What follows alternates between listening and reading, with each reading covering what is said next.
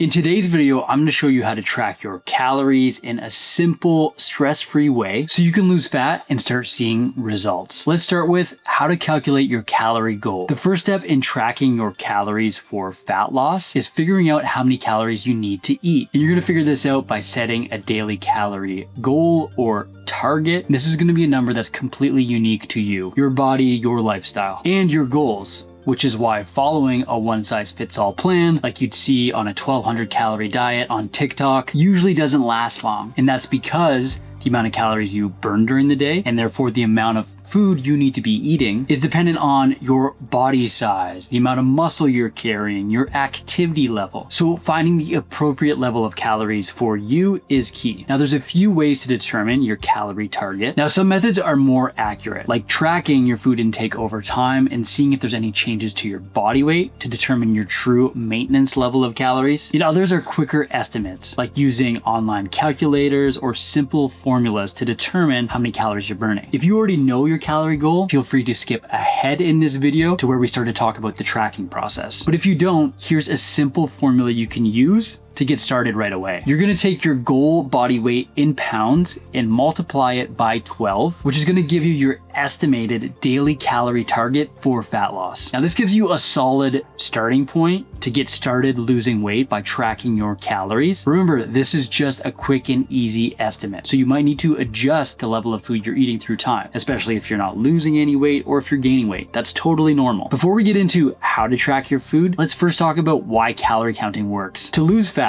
which means you're actually pulling from the energy stores in your fat tissue and therefore losing weight from your fat, you need to be in something called a calorie deficit, which means you're burning more energy on a daily basis than you're taking in. And to do that, you first need to know how many calories you're burning on a daily basis to be under it. And those are your maintenance calories. This is the amount of calories your body burns on an average day to maintain your body weight. It includes the amount of energy you burn during your workouts, your daily movement, as well as your BMR, which is your basal metabolic rate. Your BMR is the amount of energy your body needs and burns to keep you alive. We're talking about breathing, circulating blood, keeping your heart pumping. When you combine your BMR with your activity levels through walking, but also intentional exercise, and the amount of energy you're burning through digesting food, you're gonna get your total daily energy expenditure, or TDEE, which is also gonna be your maintenance calories. And if you consistently eat below this level, your body has to make up this difference through stored energy, mainly through pulling from your body fat stores, but also a little bit of muscle. And that's what leads to fat loss. And this applies to any sort of diet where you're losing weight. The same principle applies. It doesn't matter if it's keto, paleo, or intermittent fasting. The only way to consistently lose fat is to be in a calorie deficit. And this is why tracking your food and your calories is so powerful, because you're controlling for the thing that produces fat loss, the actual thing that drives the fat loss process or results. How many calories you're taking in compared to how many you're burning. So now you understand why tracking matters and you have a rough idea of how many calories to consume throughout the day. Let's talk about how to actually track your calories. Here's what you need. All right, now that you have your calorie target, here's how to track your food consistently and stick to it. There are two things that are going to make tracking your calories much easier. The first one is a nutrition tracking app. This is where you'll log everything you'll eat through a digital journal, which is going to automatically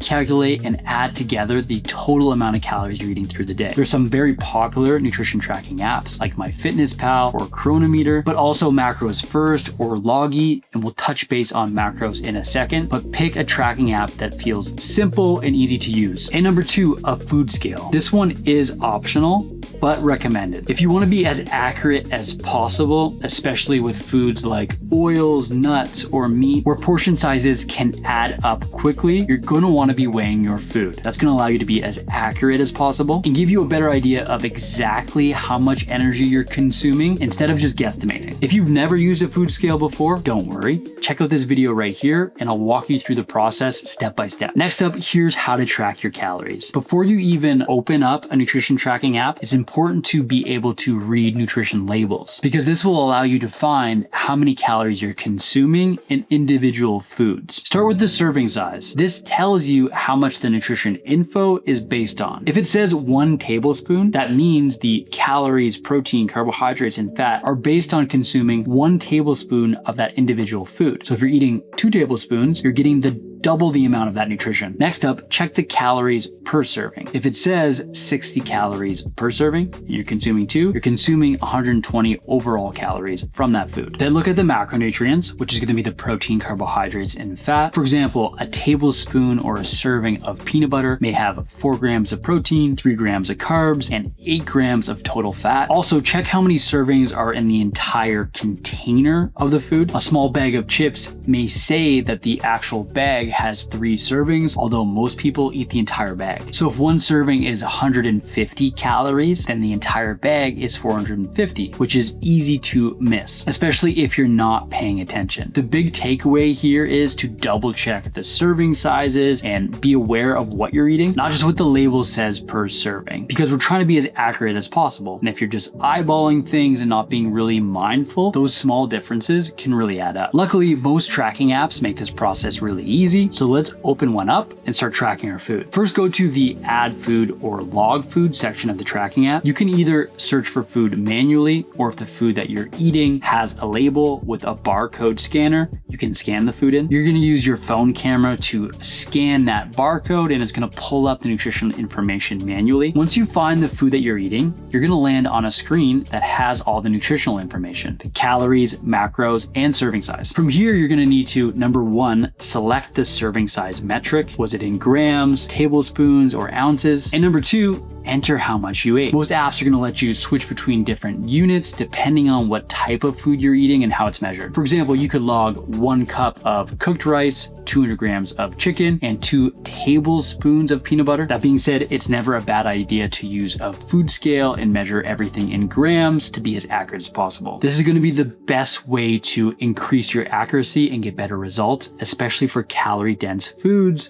like nuts and oils. Here's a quick example. If the label says a serving of peanut butter is going to be 2 tablespoons, and you eat that, you're just going to enter 1 serving. But if you weigh it out and it comes to 20 grams, you're going to switch to the gram measurement and enter 20 and log it that way. Once it's entered, you're going to hit save and it's going to show up in your food diary. And from there, you can see the total amount of calories you've consumed for the day, what's going to be left compared to your total daily calorie target, and often a breakdown of your macros too. So that's how you track a single individual food or ingredient. But what if you're eating mixed meals like chili, lasagna, or soup, a meal that has multiple ingredients or can be cooked in batches? There are 2 easy options here. Option number 1, log each individual ingredient as you cook it, like the beef, beans, tomatoes, and spices in a chili. This works best for one-off meals or times when you're not going to be eating the leftovers. Option number 2, if this is a meal that you eat quite regularly and you want to portion some out for leftovers or to eat later, use your app's recipe feature. You can add in the individual ingredients and then it'll put them all together, and then you tell the app how many servings it makes. For your lasagna, if there's 6 individual servings or portions, the app will divide the calories and macronutrients for the total recipe across those 6 servings. Now, anytime you want to eat that meal again, you can easily log it by logging and tapping 1 serving in your journal, and you'll know exactly what's in it. And this is probably the easiest way to log home-cooked meals, especially ones that you'll eat more regularly. It takes a few additional minutes up front, but it's easily the most accurate way to control your nutrition, especially when things are all mixed together. Lastly, as you're logging these foods, and it doesn't matter if it's individual ingredients or entire meals, you want to make sure that the way that you're logging these items corresponds to the correct nutritional information for them. The nutritional information needs to be in the form of the same way you're eating it. Here's the example. Most raw meat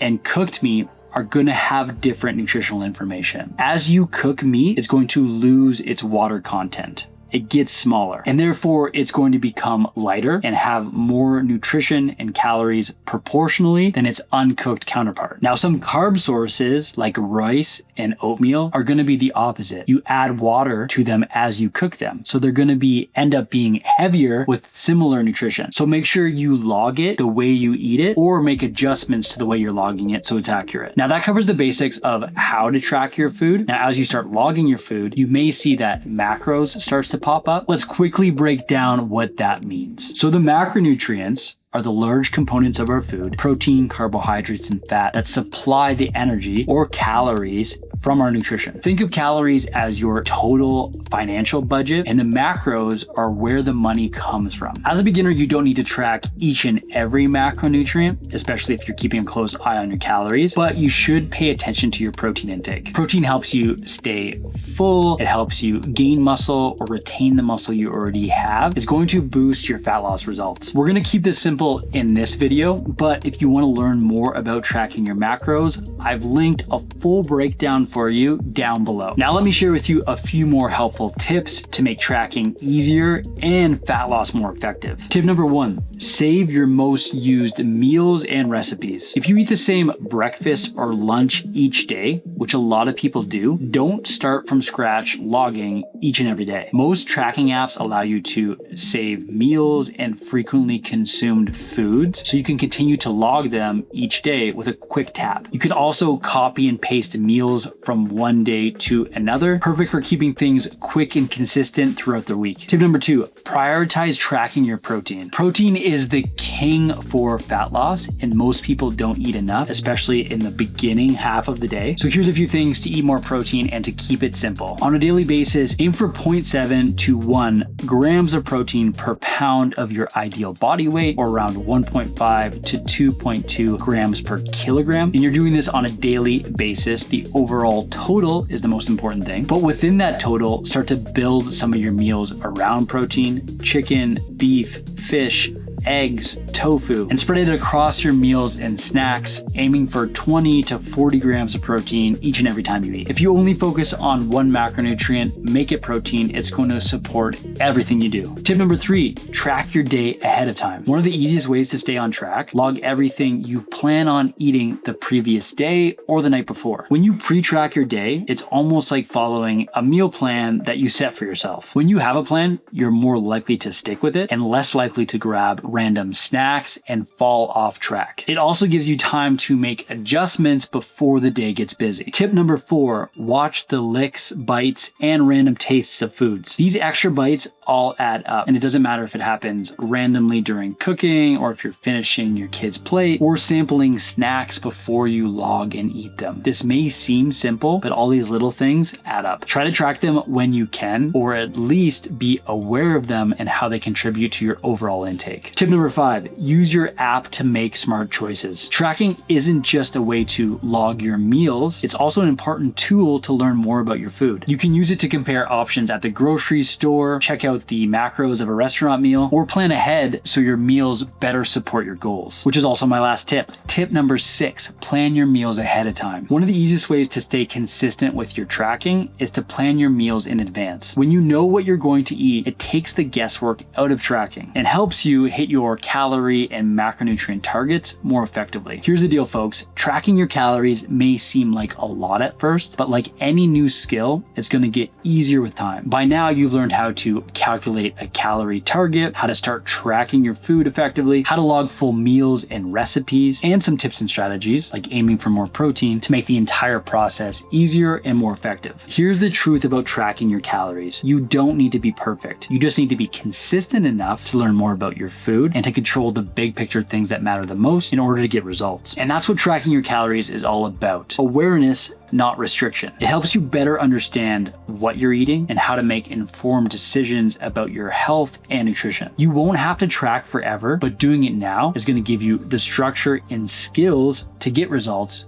and to keep them long term. And if you like today's video and you want to learn more about how to get some insane fat loss results, you're going to want to check out the video I've linked up right here. In this video, I'm going to show you the best high protein foods to eat in a calorie deficit. Adding these foods in while you're tracking your calories is going to make your results 1,000 times better. So learn more about how to do that in this video right here, and I'll see you in the next video.